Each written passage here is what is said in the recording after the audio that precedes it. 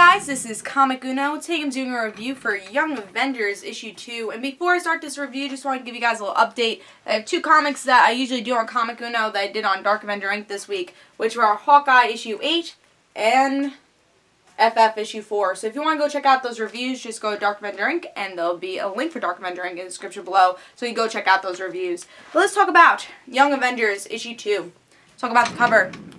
Honestly, the cover is perfect for this because there's these square things in this issue that are rooms, which I don't totally understand, but they're there. And these are all the characters that most of the characters don't show up in this issue, but yeah, and Loki just being on the outside, which is actually a good depiction of what happened in this issue also. So really like the art, really like the concept. Let's see if I like the story. So with this issue, we get to see the aftermath of Teddy's mom being back, who is really not Teddy's mom, and we get to see that throughout the issue that this is not Teddy's mom. And Teddy's like, you're not my mother, like, who are you? And she's trying to ruin their lives, really. They're trying to split them up, saying that they're too old to be together, and then saying that they shouldn't be superheroes, and they have this random room, there's a white box, and they should be in there.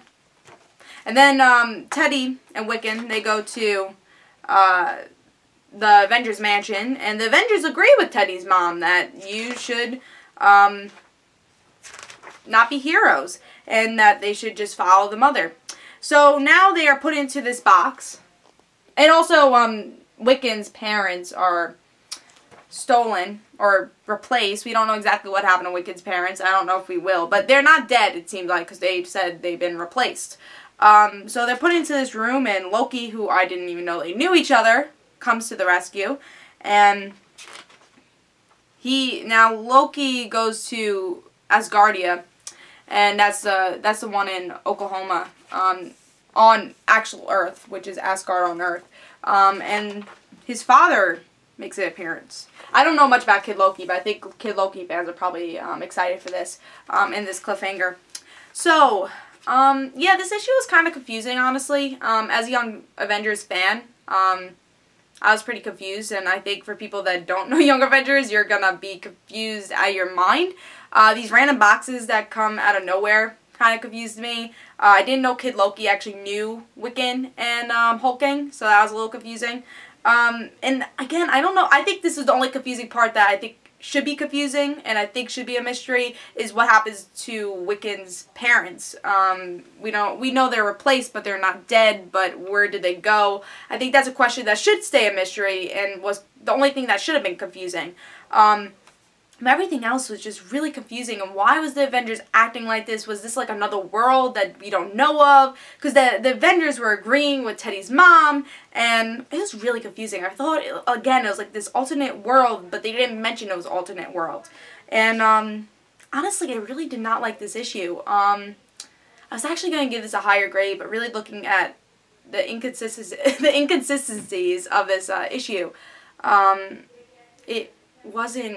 it was really weird, honestly. And again, this is a great series, what should be a great series for new readers, especially for Young Avengers, because I feel like a lot of people didn't read it until Marvel now, read the series. So I think for newer readers, you're going to be like, what's going on? I think for me, it's like the stories were really all over the place, and like random boxes showing up. The only thing I really liked was the art, and also I felt like, again, with Kid Loki coming out of nowhere, didn't even know that they knew Wiccan and Hulking, like how they connected. The team didn't inform yet, so I don't know how Kid Loki knew where they were. And also, it's a shame that they didn't show the other characters. I think this story would have been honestly better if they split it up between Miss America, Hawkeye, can't think of this guy's name, but I will learn it once he's actually in the story a little bit more. I think it's Novar. So maybe if we had an addition of those stories, it would have made this make a little bit more sense, or would be at least a little less of the issue of this confusion. But Hulking and Wicked's story was the whole issue, so it was really confusing. And I think they should have shared it a little bit more with the team. It's not Hulking and Wicked's book, it's the Young Avengers book, so I think it should have been split up. And I don't know where the story's going, honestly. I really hope they kind of explain exactly what's going on with Teddy's mom. I think they really had a really good opportunity with Teddy's mom. they kind of ruined it in this issue and just made it really out there. So I'm going to give this 2.5. I'm obviously still going to pick up Young Avengers, and I see there's potential for this series, but this issue kind of was all over the place, and I really hope that improves with the next Kid Loki story, and hopefully, let me see the cover for the next issue. Next it looks like a Miss America story, so hopefully they kind of make the story attend to somebody else in the next issue to clear up exactly what's going on with Hulking and Wiccan, because that just was all over the place, like I said. So I say don't pick it up. I didn't really enjoy this issue, and I thought the first issue was a lot better. I mean, still, I'm gonna be picking up Young Avengers because they're one of my favorite teams, and I've been waiting for an ongoing for a while. So obviously, I'll still be picking up. I'm afraid for the people that don't know these characters, they might want to drop the series, and I really hope they don't do that, because I feel like after they clear these things up, it will be a good series. So we'll have to see. I'm really looking forward to issues to come, but I'm going to say avoid this issue. I give it 2.5.